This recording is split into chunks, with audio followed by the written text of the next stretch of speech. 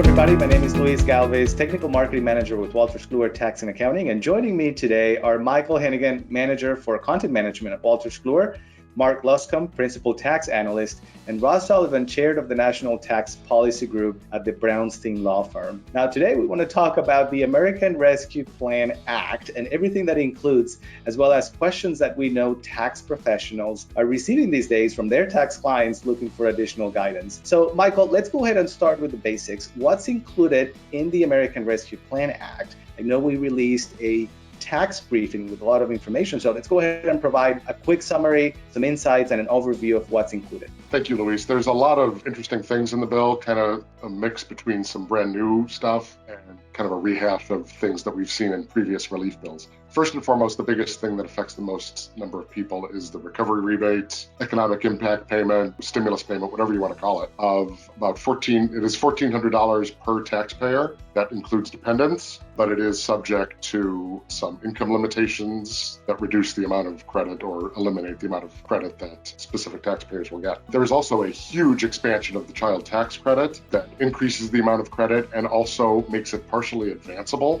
and also changes the definition of a child that a parent can claim that credit for. There's also a change to the earned income tax credit that again expands the pool of people to whom the credit applies and also increases it and makes some other changes too. There is also a change to the child and dependent care credit. Again, an increase in the amount and makes it more expansive to who can claim it. Recent development, a recent addition to it on the individual side is unemployment compensation received in 2020 only is tax-free up to $10,200, again, subject to income limitations. On the business side of the bill, there are some interesting developments there too. There's been an extension of two very popular tax credits that were first put in place by the original COVID relief tax legislation, the paid sick leave and paid family leave credits and the employee retention credits. Those have been extended through September, and they can now be used against the HI, the hospital insurance payroll tax credit, and also the OASDI, the Old Age Survivors and Disability Insurance payroll taxes. There's also a big expansion of the premium tax credit, again, increasing the amount and increasing the amount of people who can claim it. And there's also a few changes to other health benefits, such as an expansion of COBRA benefits. Some interesting stuff in there. Definitely a lot of items included in this bill. As Michael mentioned, Mark, there are some considerations for unemployment credit as well as child tax credit and when to file. There are a lot of questions from tax professionals. So can you give us some insights and some details on what to look for? Sure, Luis. Thank you. So the child tax credit is for 2021 only, and as Michael said, it's a big increase, jumping from $2,000 to $3,000 for children, increasing the age range to include 17-year-olds, and for children under 6, increasing even further to $3,600. And it's fully refundable. But the big issue for 2020 tax returns is that there are advance payments called for in this. So up to one half of the credit could be subject to advance payments. It was supposed to start around July 1st. Original thought was they would be monthly payments. The bill provided that perhaps if the IRS could not meet monthly payments, they could come up with a more feasible administrative frequency. So we don't know yet just what that frequency will be, but potentially as frequently as monthly starting July 1st. So the issue is how will that advance payment be determined? Well, there's a lot of guidance in the statute about that. The IRS is directed to use the best information available, and they're also directed to project ages of the children so that if they're using 2019 returns, for example, they just don't assume they're eligible based on 2019 eligibility. They're supposed to project what that age would be in 2021. I think that might be fairly difficult for the IRS to do, but that's what the statute seems to call for. The IRS is also supposed to set up an online portal where the taxpayer can either elect out of the advance payments if they just think it's too much to deal with, or provide updated information, for example, the birth of a child that might increase the advance payments. And the IRS is to use information that comes to it through the return being filed, or if information, say, about the death of the child. So the advance payments could, in theory, change over time if the IRS gets additional information information from the online portal or from other sources. So the nuts and bolts of it is you've got to look at the amount of the advance payment if it's based on the 2019 or the 2020 tax return. And we're talking about July 1, and we still have an April 15th filing date at this point. So people have asked it to be extended, but so far the IRS has not done so. So if you want to hold off until July 1st, you're going to have to do it by an extension, at least under the current filing deadline. So that's going to create an issue too, because the filing for extensions comes with its own issues. So that's all things that people need to have a conversation with their clients about in terms of the advance payment credit and what they want it to be based on 2020 or 2019 tax returns. And it's similarly with the unemployment benefit exemption, now this $10,200. This is for 2020 only, so it's clearly only an impact on 2020 returns coming a month after the start of the filing season. A lot of people have already filed, so that's going to create an issue for people. Do I file an amended return? I think the advice there is to wait for further IRS guidance to see if they're getting used to making advance payments. Maybe they'll come up with a way to refund people their money without having to file an amended return. We'll have to see on that what the IRS thinks they can do. But in terms of people who haven't filed yet, I think they just have to take into account now this new exemption for unemployment benefits and reflect that on their 2020 return. All right, thanks, Mark. And Russ, so let's go ahead and talk about the specifics for rebate checks, which of course are the majority of the questions our tax professionals are receiving from their taxpayer clients. Can you provide some specifics on those rebate checks as well as health and benefit provisions? Sure, Luis. So the American Rescue Plan costs $1.9 trillion. The largest provision is the recovery rebate checks, which will cost the Treasury about $400 billion and will provide a check to most American adults. These rebate checks at $1,400 per person are complete and full up to $75,000 of income for individuals and $150,000 for a married couple. Above that amount, the checks and the credits phase out quickly. So for single individuals, they phase down between $75,000 and $80,000. Above $80,000, you don't get a check. For married couples, it phases out between $150,000 and $160,000. The definition of a dependent for purposes of the additional $1,400 amounts is defined by Section 152 of the Code. And the rules are now fairly settled in terms of identification that's required.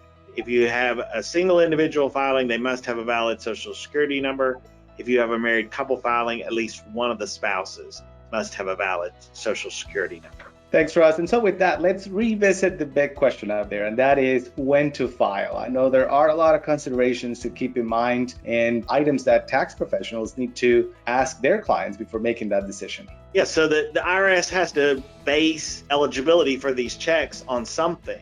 And so the statute says that the IRS should use 2019 returns to determine whether your income is low enough that you qualify for the check. However, it also says that if the individual has already filed their 2020 tax return, that instead the IRS should use that information. So here, tax professionals and taxpayers should look closely about when they file their return. Now, many people have already filed their return, so that's too late. But for those who have not filed their return, they might look at which year's tax return gives them the biggest rebate check.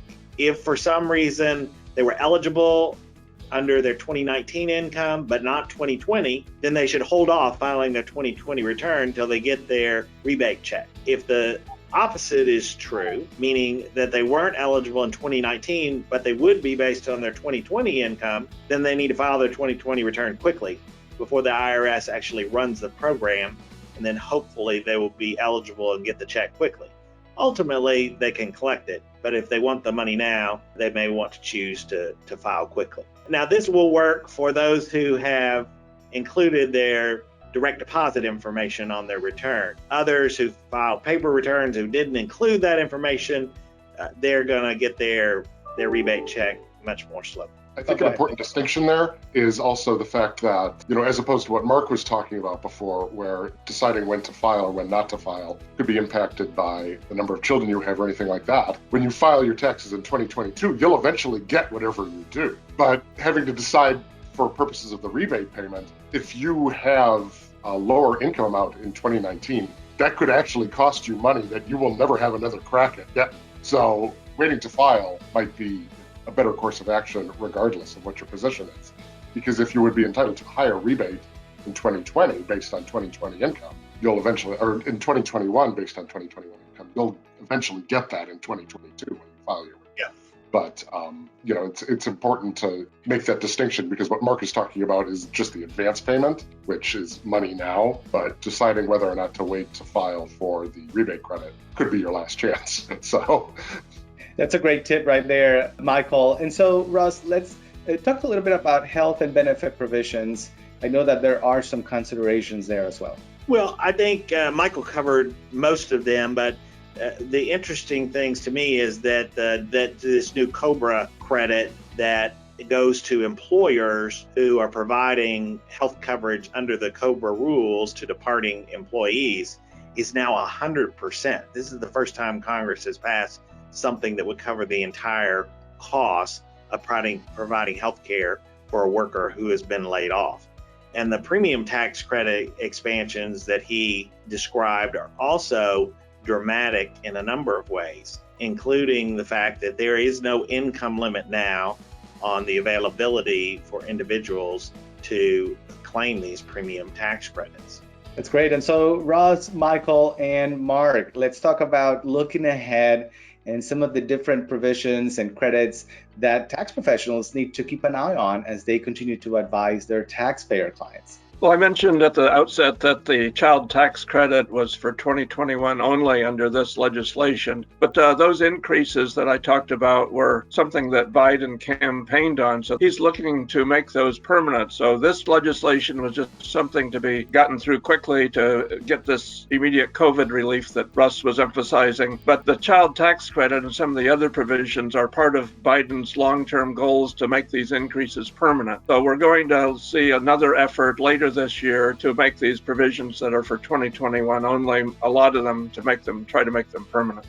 And, that goes for the earned income tax credit too. That was something else that Biden campaigned on, is expanding eligibility pool for the earned income tax credit. Again, that expansion only applies to 2021. So I think they're going to probably look to make that permanent as well.